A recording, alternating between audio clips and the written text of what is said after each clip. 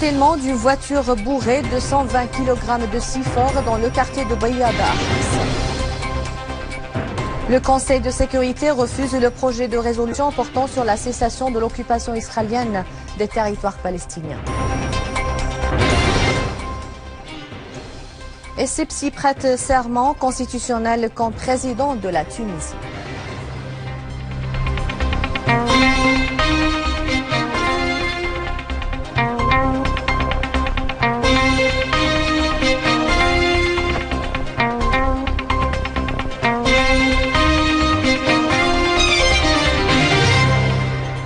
Après les titres, tout de suite les détails du journal. Bonsoir.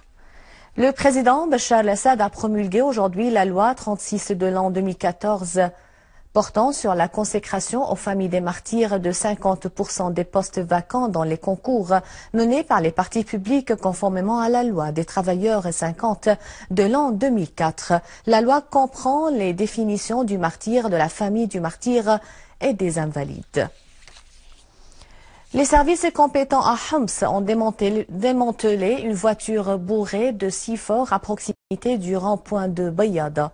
Une source du gouvernorat a fait savoir que la voiture était chargée de 3 réservoirs qui contenaient entre 100 à 120 kg de C4 et préparée à l'explosion à distance à proximité du rond-point de Bayada. À noter que les réseaux terroristes takfiristes avaient pris pour cible à plusieurs reprises des quartiers à Homs, dont le double attentat qui s'était produit en octobre dernier dans le quartier de Akrima, précisément dans les 2 écoles de Akrima Jadida et de Akrima Makhzoumi.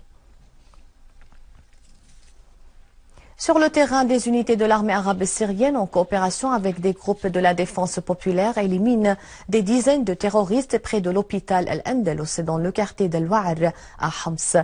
De même, des unités de l'armée arabe syrienne ont neutralisé plusieurs terroristes dans le village de Tel Daw à Al-Houla dans la banlieue de Homs. Cependant, une unité de l'armée a avorté une tentative d'infiltration des terroristes du village Rajm al-Qasr vers le village de Jami' dans la banlieue est de Homs. À Dar'a, les forces de l'armée arabe syrienne ont liquidé plusieurs terroristes à Dar'a al-Balad et dans les villages d'Al-Soura et Al-Hrak. Le Conseil de sécurité a refusé le projet de résolution portant sur la cessation de l'occupation israélienne des territoires palestiniens après que les États-Unis et l'Australie aient voté contre et que la Grande-Bretagne, la Lituanie, le Nigeria, la Corée et la Rwanda s'y étaient abstenus. En outre, la Russie, la Chine, l'Argentine, le Chili, le Tchad, le Luxembourg, la France et la Jordanie ont voté en faveur de la résolution, mais il manquait une voix pour admettre le projet au Conseil de sécurité. Des sources médiatiques ont indiqué que la délégation palestinienne comptait sur l'obtention de la voix du Nigeria aux côtés des 8 autres voix, mais celui-ci s'était influé de la pression américaine, soulignant que Washington avait mené des contacts avec 12 pays pour mettre en échec le projet de résolution palestinien. La délégation palestinienne présidée par Riyad Mansour a regretté l'échec du Conseil de sécurité dans l'adoption de ce projet qui vise à mettre fin à l'occupation, conformément aux résolutions internationales, en particulier celles du Conseil de sécurité. La délégation a estimé que les résultats du vote montrent que le Conseil de sécurité n'est pas disposé à assumer ses responsabilités en vue d'adopter une résolution se soldant par la paix juste. Pour sa part, le délégué de la Russie auprès du Conseil de sécurité, Vitaly Tchurkin, a souligné que le projet de résolution refusé par le Conseil de sécurité avait pour but de consolider une base juridique reconnue par le monde entier afin d'être la base du processus de paix. De son côté, le délégué chinois a affirmé que la résolution reflète les revendications légitimes des peuples arabes ainsi que du peuple palestinien et est compatible avec les résolutions onusiennes relatives. Les forces d'occupation israéliennes ont mené des campagnes de perquisition et d'arrestation à Al-Quds occupée et dans d'autres villes palestiniennes en Cisjordanie, blessant 14 Palestiniens, dont des enfants. Dans le même contexte, des colons ont mis le feu dans une maison au sud de Galilée en Cisjordanie, tandis qu'un colon a percuté l'adolescent palestinien Amin Majed Hejjahja de la localité de Takoua, à l'est de Bethléem, alors qu'il était en route vers son école. Vainqueur de l'élection présidentielle du 21 décembre, le président tunisien Béji Caïd Essebsi a prêté serment aujourd'hui devant le Parlement tunisien comme le premier président de la Deuxième République.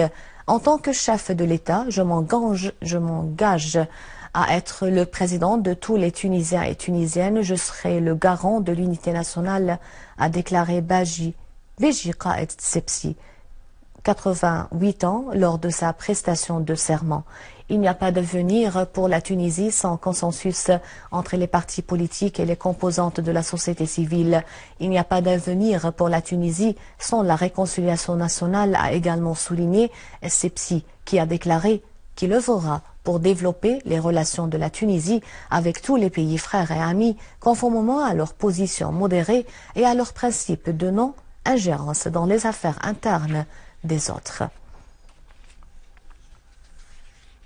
En Irak, un civil a été tué et 2 autres ont été blessés dans l'explosion d'un engin dans la région de Rachidia, au nord de Bagdad. D'ailleurs, des hommes armés ont fait exploser une charge dans le district d'El Mada, au sud de Bagdad, faisant 6 blessés. Pendant ce temps, une source au ministère irakien de l'Intérieur a déclaré que la police de la ville d'El Nejaf a arrêté un groupe terroriste composé de plus de 6 membres, dont des femmes.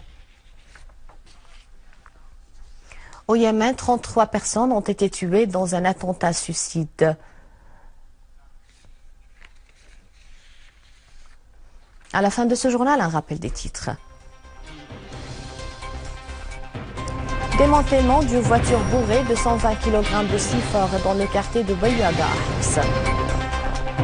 Le Conseil de sécurité refuse le projet de résolution portant sur la cessation de l'occupation israélienne des territoires palestiniens.